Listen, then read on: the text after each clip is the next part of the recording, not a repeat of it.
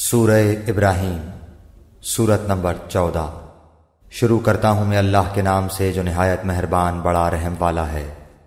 الف لام را، یہ عالیشان کتاب ہم نے آپ کی طرف اتاری ہے کہ آپ لوگوں کو اندھیروں سے اجالے کی طرف لائیں، ان کے پروردگار کے حکم سے زبردست اور تعریفوں والے اللہ کی طرف، جس اللہ کا ہے جو کچھ آسمانوں اور زمین میں ہے، اور کافروں کے لیے تو سخت عذاب کی خرابی ہے، جو آخرت کے مقابلے میں دنیاوی زندگی کو پسند رکھتے ہیں اور اللہ کی راہ سے روکتے ہیں اور اس میں ٹیڑھ پن پیدا کرنا چاہتے ہیں، یہی لوگ پرلے درجے کی گمراہی میں ہیں۔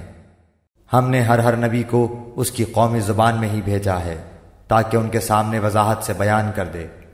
اب اللہ جسے چاہے گمراہ کر دے اور جسے چاہے راہ دکھا دے، وہ غلبہ اور حکمت والا ہے۔ یاد رکھو جبکہ ہم نے موسیٰ کو اپنی نشانیاں دے کر بھیجا کہ تو اپنی قوم کو اندھیروں سے روشنی میں نکال اور انہیں اللہ کے احسانات یاد دلا، اس میں نشانیاں ہیں ہر ایک صبر شکر کرنے والے کے لیے۔ جس وقت موسیٰ نے اپنی قوم سے کہا کہ اللہ کے وہ احسانات یاد کرو جو اس نے تم پر کیے ہیں، جبکہ اس نے تمہیں فرعونیوں سے نجات دی جو تمہیں بڑے دکھ پہنچاتے تھے، تمہارے لڑکوں کو قتل کرتے تھے اور تمہاری لڑکیوں کو زندہ چھوڑتے تھے، اس میں تمہارے رب کی طرف سے تم پر بہت بڑی آزمائش تھی۔ اور جب تمہارے پروردگار نے تمہیں آگاہ کر دیا کہ اگر تم شکر گزاری کرو گے تو بے شک میں تمہیں زیادہ دوں گا، اور اگر تم ناشکری کرو گے تو یقیناً میرا عذاب بہت سخت ہے۔ موسیٰ علیہ السلام نے کہا کہ اگر تم سب اور روئے زمین کے تمام انسان اللہ کی ناشکری کریں تو بھی اللہ بے نیاز اور تعریفوں والا ہے۔ کیا تمہارے پاس تم سے پہلے کے لوگوں کی خبریں نہیں آئیں، یعنی قوم نوح کی اور عاد و سمود کی اور ان کے بعد والوں کی، جنہیں سوائے اللہ تعالیٰ کے اور کوئی نہیں جانتا؟ ان کے پاس ان کے رسول معجزے لائے، لیکن انہوں نے اپنے ہاتھ اپنے منہ میں دبا لیے اور صاف کہہ دیا کہ جو کچھ تمہیں دے کر بھیجا گیا ہے ہم اس کے منکر ہیں، اور جس چیز کی طرف تم ہمیں بلا رہے ہو ہمیں تو اس میں بڑا بھاری شبہ ہے۔ تم چاہتے ہو کہ ہمیں ان خداؤں کی عبادت سے روک دو جن کی عبادت ہمارے باپ دادا کرتے رہے، اچھا تو ہمارے سامنے کوئی کھلی دلیل پیش کرو۔ ان کے پیغمبروں نے ان سے کہا کہ یہ تو سچ ہے کہ ہم تم جیسے ہی انسان ہیں، لیکن اللہ تعالیٰ اپنے بندوں میں سے جس پر چاہتا ہے اپنا فضل کرتا ہے۔ اللہ کے حکم کے بغیر ہماری مجال نہیں کہ ہم کوئی معجزہ تمہیں لا دکھائیں، اور ایمان والوں کو صرف اللہ تعالیٰ ہی پر بھروسہ رکھنا چاہیے۔ آخر کیا وجہ ہے کہ ہم اللہ تعالیٰ پر بھروسہ نہ رکھیں جبکہ اس نے ہمیں ہماری راہیں سجھائی ہیں؟ واللہ جو ایذائیں تم ہمیں دو گے ہم ان پر صبر ہی کریں گے، توکل کرنے والوں کو یہی لائق ہے کہ اللہ ہی پر توکل کریں۔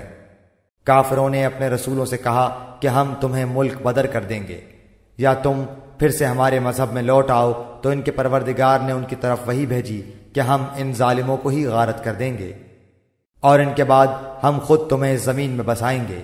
یہ ہے ان کے لیے جو میرے سامنے کھڑے ہونے کا ڈر رکھیں اور میری وعید سے خوف زدہ رہیں۔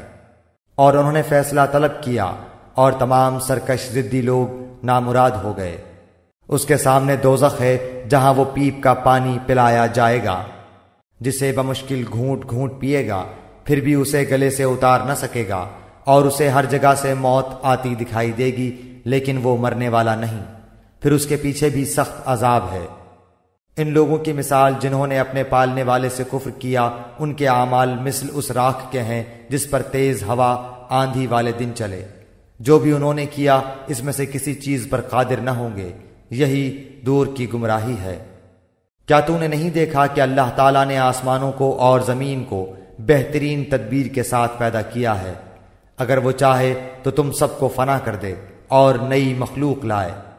اللہ پر یہ کام کچھ بھی مشکل نہیں۔ سب کے سب اللہ کے سامنے روبرو کھڑے ہوں گے۔ اس وقت کمزور لوگ بڑائی والوں سے کہیں گے کہ ہم تو تمہارے تابعدار تھے، تو کیا تم اللہ کے عذابوں میں سے کچھ عذاب ہم سے دور کر سکنے والے ہو؟ وہ جواب دیں گے کہ اگر اللہ ہمیں ہدایت دیتا تو ہم بھی ضرور تمہاری رہنمائی کرتے۔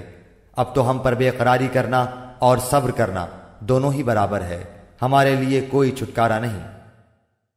جب اور کام کا فیصلہ کر دیا جائے گا تو شیطان کہے گا کہ اللہ نے تو تمہیں سچا وعدہ دیا تھا، اور میں نے تم سے جو وعدے کیے تھے ان کا خلاف کیا۔ میرا تم پر کوئی دباؤ تو تھا ہی نہیں، ہاں میں نے تمہیں پکارا اور تم نے میری مان لی، پس تم مجھے الزام نہ لگاؤ بلکہ خود اپنے آپ کو ملامت کرو۔ نہ میں تمہارا فریاد رس اور نہ تم میری فریاد کو پہنچنے والے۔ میں تو سرے سے مانتا ہی نہیں کہ تم مجھے اس سے پہلے اللہ کے شریک مانتے رہے۔ یقیناً ظالموں کے لیے دردناک عذاب ہے۔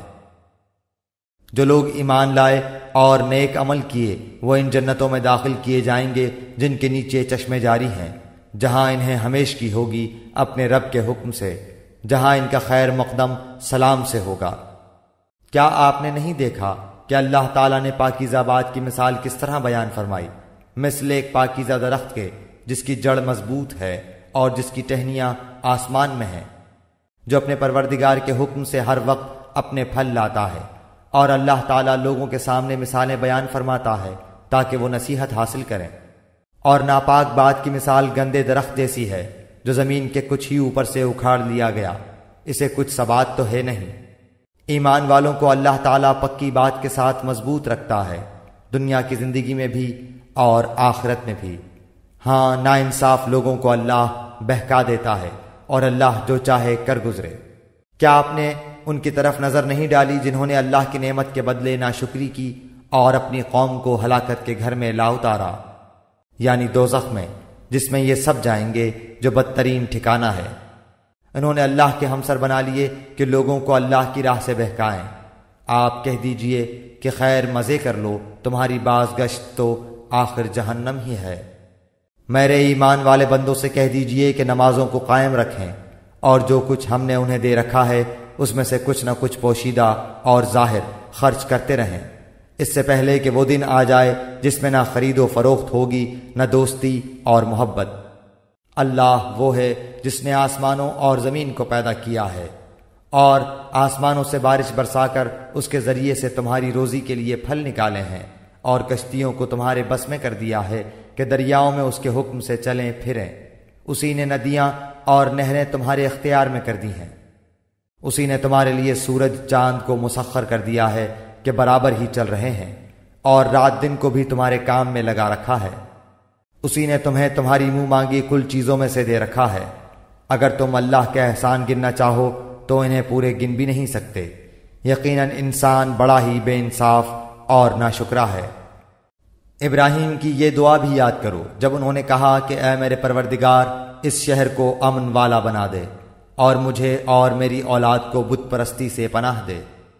اے میرے پالنے والے معبود، انہوں نے بہت سے لوگوں کو راہ سے بھٹکا دیا ہے، پس میری تابعداری کرنے والا میرا ہے، اور جو میری نافرمانی کرے تو تو بہت ہی معاف اور کرم کرنے والا ہے۔ اے ہمارے پروردگار، میں نے اپنی کچھ اولاد اس بے کھیتی کی وادی میں تیرے حرمت والے گھر کے پاس بسائی ہے۔ اے ہمارے پروردگار، یہ اس لیے کہ وہ نماز قائم رکھیں، پس تو کچھ لوگوں کے دلوں کو ان کے طرف مائل کر دے اور انہیں پھلوں کی روزیاں عنایت فرما تاکہ یہ شکر گزاری کریں۔ اے ہمارے پروردگار، تو خوب جانتا ہے جو ہم چھپائیں اور جو ظاہر کریں۔ زمین و آسمان کی کوئی چیز اللہ پر پوشیدہ نہیں۔ اللہ کا شکر ہے جس نے مجھے اس بڑھاپے میں اسماعیل و اسحاق علیہ السلام عطا فرمائے۔ کچھ شک نہیں کہ میرا پالن ہار اللہ دعاؤں کا سننے والا ہے۔ اے میرے پالنے والے، مجھے نماز کا پابند رکھ اور میری اولاد سے بھی۔ اے ہمارے رب، میری دعا قبول فرما۔ اے ہمارے پروردگار، مجھے بخش دے اور میرے ماں باپ کو بھی بخش اور دیگر مومنوں کو بھی بخش جس دن حساب ہونے لگے۔ ناانصافوں کے اعمال سے اللہ کو غافل نہ سمجھ، وہ تو انہیں اس دن تک مہلت دیے ہوئے ہے جس دن آنکھیں پھٹی کی پھٹی رہ جائیں گی، اور وہ اپنے سر اوپر اٹھائے دوڑ بھاگ کر رہے ہوں گے۔ خود اپنی طرف بھی ان کی نگاہیں نہ لوٹیں گی اور ان کے دل خالی اور اڑے ہوئے ہوں گے۔ لوگوں کو اس دن سے ہوشیار کر دے جبکہ ان کے پاس عذاب آ جائے گا، اور ظالم کہیں گے کہ اے ہمارے رب، ہمیں بہت تھوڑے قریب کے وقت تک کی ہی مہلت دے کہ ہم تیری تبلیغ مان لیں اور تیرے پیغمبروں کی تابعداری میں لگ جائیں۔ کیا تم اس سے پہلے بھی قسمیں نہیں کھا رہے تھے کہ تمہارے لیے دنیا سے ٹلنا ہی نہیں؟ اور کیا تم ان لوگوں کے لیے گھروں میں رہتے سہتے نہ تھے جنہوں نے اپنی جانوں پر ظلم کیا؟ اور کیا تم پر وہ معاملہ کھلا نہیں کہ ہم نے ان کے ساتھ کیسا کچھ کیا؟ ہم نے تو تمہارے سمجھانے کو بہت سی مثالیں بیان کر دی تھیں۔ یہ اپنی اپنی چالیں چل رہے ہیں اور اللہ کو ان کی تمام چالوں کا علم ہے، اور ان کی چالیں ایسی نہ تھیں کہ ان سے پہاڑ اپنی جگہ سے ٹل جائیں۔ آپ ہرگز یہ خیال نہ کریں کہ اللہ اپنے نبیوں سے وعدہ خلافی کرے گا۔ اللہ بڑا ہی غالب اور بدلہ لینے والا ہے۔ جس دن زمین اس زمین کے سوا اور ہی بدل دی جائے گی، اور آسمان بھی، اور سب کے سب اللہ واحد غلبے والے کے روبرو ہوں گے۔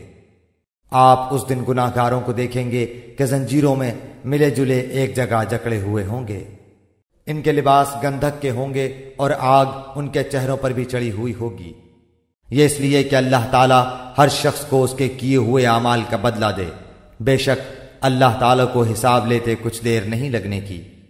یہ قرآن تمام لوگوں کے لیے اطلاع نامہ ہے کہ اس کے ذریعے سے وہ ہوشیار کر دیے جائیں اور بخوبی معلوم کر لیں کہ اللہ ایک ہی معبود ہے، اور تاکہ عقل مند لوگ سوچ سمجھ لیں۔